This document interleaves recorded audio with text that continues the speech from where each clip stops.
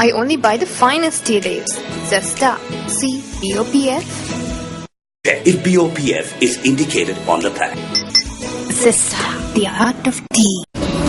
Well, speaking at the news briefing at the Sri Lankan High Commission in London yesterday, Minister Professor G.L.Peiris, who was briefed in London to deliver the keynote address at a Cambridge Symposium on economic crime, noted that Sri Lanka invited the Human Rights Chief to visit Sri Lanka 2 years ago as it had nothing to hide. Issuing a media release, the Ministry of External Affairs notes that Professor Peiris said Pillay's report is indicative of a prejudiced mind and in no way shows the fairness and open-mindedness of an official undertaking such a mission, the longest she has spent in any one country. Professor Peiris said, quote, "What we find disturbing is the tone and substance of her report, the lack of fairness and balance," unquote. The minister had also said that to dismiss the achievements Sri Lanka has made post-war as just physical reconstruction, as Navi Pillay has done, is simply not the case. He added that there was no empirical evidence to support Pillay's claim that Sri Lanka was moving towards authoritarianism, noting that the people of the north who lived under the LTTE had no suffrage for 25 years, but the present government has provided them with the opportunity of expressing themselves later this month. Professor Peiris said the UN Human Rights Chief's prejudice and lack of fair-mindedness is further shown by her talk of numerous war crimes committed by the government.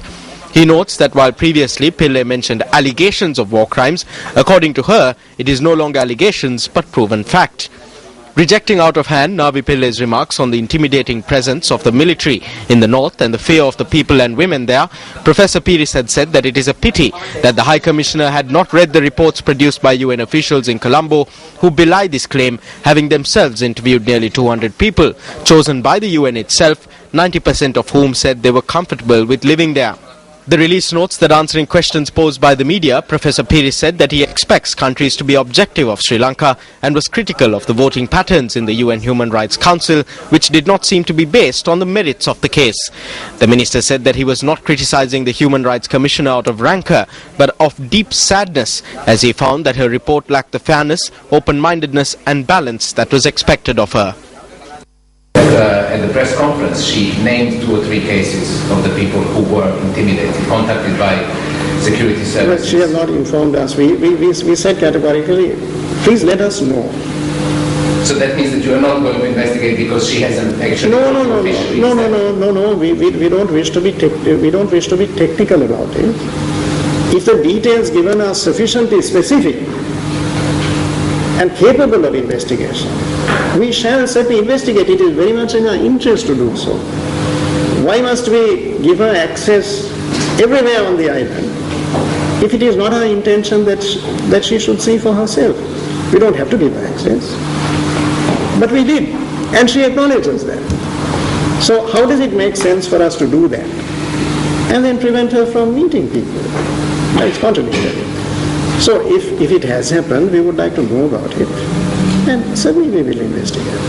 And do you guarantee that, I'm sorry, I'm just... No, that's all right. Do you guarantee that no one will suffer consequences because they spoke to Navi Pillay? Yes, certainly, absolutely.